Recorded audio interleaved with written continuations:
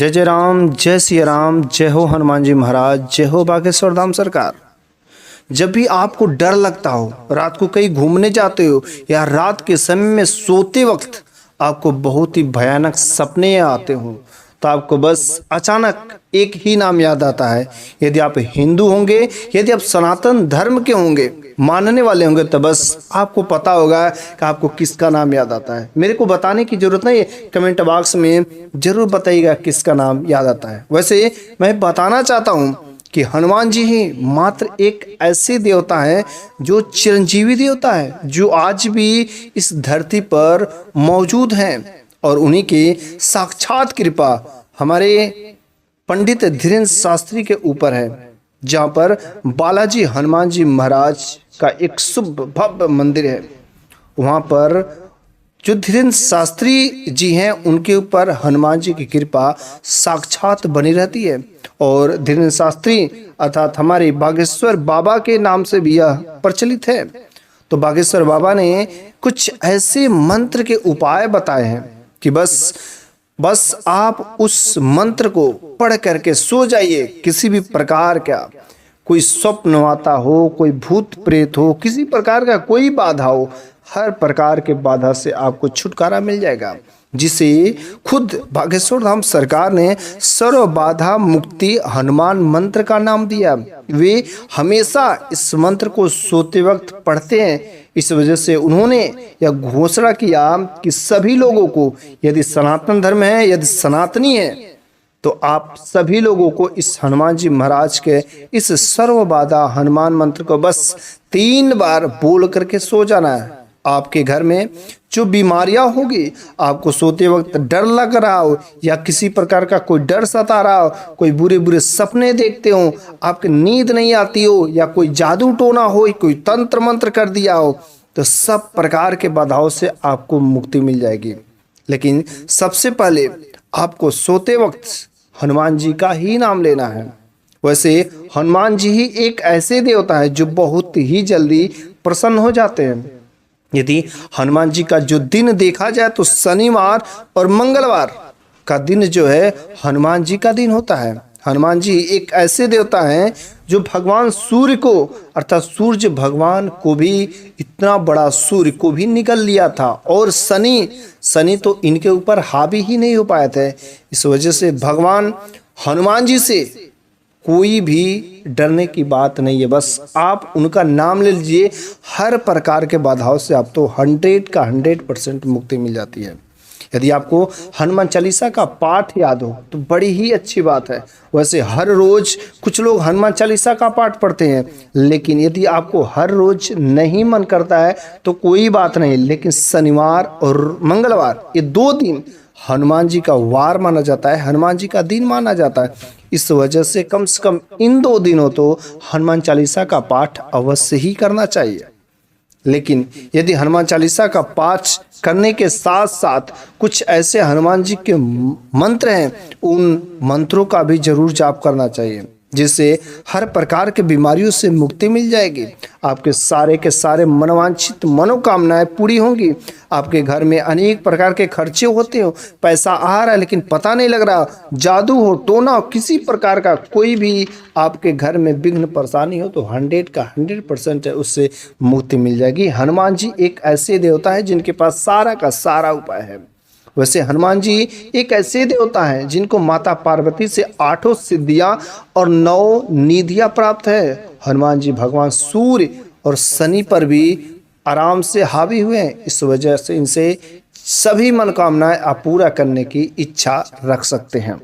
इनको खुश करना है तो बड़ा सिंपल सी बात है, और हनुमान जी बहुत जल्दी खुश हो जाते हैं। बस इनका हनुमान चालीसा का पाठ करो रोज सुबह के समय, नियत के समय। यदि आप हनुमान चालीसा का पाठ करते हैं तो हनुमान जी आप पर खुश हो जाते हैं, और जितना ही बार आप हनुमान चालीसा का पाठ करते हैं उतना ही आपको इसके सकारात्मक परिणाम मिलने लगते हैं। लेकिन आपको शनिवार और मंगलवार के दिन यदि आपके ऊपर शनि दोष है तो कम से कम देसी घी का दीपक जरूर ही हनुमान जी के मंदिर में जलाना चाहिए। और यदि वह दीपक आटे का हो तो अति शुभ माना जाता है। आटे का हो तो सोने में सुहागा का काम करता है। तो आटे के दीपक बनाकर उसमें यदि देसी घी का दीपदान करते हैं हनुमान जी महाराज के मंदिर में तो उसकी शक्ति जो है 100 गुना बढ़ जाती है और उसके परिणाम आपको 100 गुना अधिक मिलने लगते हैं। वैसे यदि आपकी कुछ विशेष इच्छा हो तो आप जो हनुमान जी के मंदिर में शनिवार और मंगलवार के दिन आप सुंदरकांड या स्किंधा कांड का भी पाठ कर सकते हैं। और हनुमान जी की यदि आपको और अधिक प्रसन्न करना चाहते हो, बहुत जल्दी ही आप उनसे आप अपना काम करवाना चाहते हैं तो हनुमान जी को एक लाल रंग का चोला चढ़ाया जाता है, लड्डू का प्रसाद चढ़ाया जाता है, जिसके वजह से हनुमान जी बहुत ही प्रसन्न होते हैं। और हनुमान जी को हमेशा लाल सिंदूर लगाया जाता है। जो भी माताएं होती हैं, जो भी बहनें होती हैं, हनुमान जी को लाल सिंदूर चढ़ाती हैं, लाल चोड़ा चढ़ाते हैं। लाल चोड़ा तो कोई भी चढ़ा सकता है। एक कथा प्रचलित है कि जब माता सीता एक बार श्रृंगार कर रही थी, तब तक श्रृंगार भवन में उसी समय हनुमान जी पहुंच जाते हैं। जिस समय माता सीता अपने मांग में सिंदूर भर रही थी, तब तक हनुमान जी ने देख लिया और पूछा, माते ये आप क्या कर रही हैं? इस रंग को क्यों लगा रही हैं? माता सीता ने कहा, ये रंग नहीं है पुत्र, ये सिंदूर है। और इस सिंदूर को लगाने से तुम्हारे जो भगवान श्री राम है उनकी आयु बढ़ जाती है। और ऐसा जैसे ही हनुमान जी को पता चला कि लाल रंग सिंदूर लगाने से, इतना सा सिंदूर लगाने से यदि उनकी आयु बढ़ जाती है तो हम अपनी आयु को बढ़ाने के लिए, हम अपने प्रभु श्री राम की आयु को बढ़ाने के लिए क्यों ना अपने पूरे शरीर को ही लाल रंग से रंग लेते हैं। और अपने पूरे शरीर पर हनुमान जी लाल रंग के से ही रंग लेते था, सिंदूर पूरा शरीर पर लगा लेते हैं। और तब से आज तक हनुमान जी की कहीं भी मूर्तियां बनाई जाती है तो लाल रंग की ही बनाई जाती है। लाल रंग लगाने से प्रभु श्री राम जी खुश हो जाते हैं और जो उनके प्रभु श्री राम को खुश करता है वहाँ पर हनुमान जी खुद चले आते हैं। इस वजह से यदि आप प्रभु श्री राम को यदि आप खुश करते हैं तो हनुमान जी खुद बिना बुलाए आपके घर पर रखवाली करने चले आते हैं। तो आपको करना क्या है? जो एक सर्वबाधा हनुमान मंत्र है, वैसे बागेश्वर धाम सरकार जो अर्जी लगाने को कहते हैं, कुछ लोग वहाँ पर जा कर के अर्जी लगाते हैं और कुछ लोग घर पर बैठे बैठे ही अर्जी लगाते हैं। और वहाँ पर अर्जी लगाने के लिए आपको अर्जी पेशी लगाना होता है, अर्जी लगाना होता है और पेशी लगाना होता है। उसके लिए आपको करना क्या होता है, घर बैठ करके भी आप पेशी लगा सकते हैं। तो आपको नारियल लेना है, नारियल का ले करके लाल कपड़ा को 7 बार मोली धागे से बांध करके ओम बागेश्वराय वीर विराय फट स्वाहा इसको पढ़ना है। इसको पढ़ करके अपने घर पर पूजा मंदिर में रख देना है। इसको यदि आपके अंदर मन में इच्छा होगी आपकी अर्जी जरूर स्वीकार हो जाती है। और आपको बागेश्वर धाम सरकार जरूर जाना है। यदि आप इस पेशी को बार बार करते हैं तो यदि आप जा भी नहीं पाते बागेश्वर धाम, कोई रोक रहा है, कोई विघ्न है, कोई परेशानी है, यदि आपकी जाने की इच्छा होगी, यदि इस प्रकार की पेशी लगाते हैं तो आपकी मनोकामना जरूर इच्छा होगी और बागेश्वर धाम सरकार का दर्शन आपको करने का जरूर मिलेगा।